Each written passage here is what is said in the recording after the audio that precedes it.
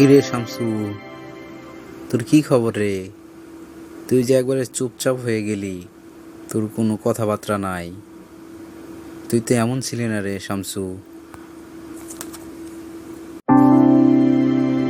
কি কহমু চাচা, আমার গ্রামের বাড়িতে প্রচণ্ড শীত, আর আমি শহরে এসে পড়ে রয়েছি। গ্রামের বাবা মা, আত্মীয় স্বজন শীতে অনেক কষ্ট করতেছে, আর আমি বসে বসে এখানে সুখে দিন কাটাচ্ছি। এই কারণে মনটা খারাপ। গ্রামের মানুষ এত শীতে কষ্ট করে, আর শহর এলাকায় তো কোনো শীতই নাই। ঠিক আছে শামসু, আমি তোর বিষয়টা আমি বুঝতে পারছি। যা, তুই গ্রামের বাড়িতে যা, তোর অফিস করতে হবে না, আমি তোর অফিস ছুটি দিব।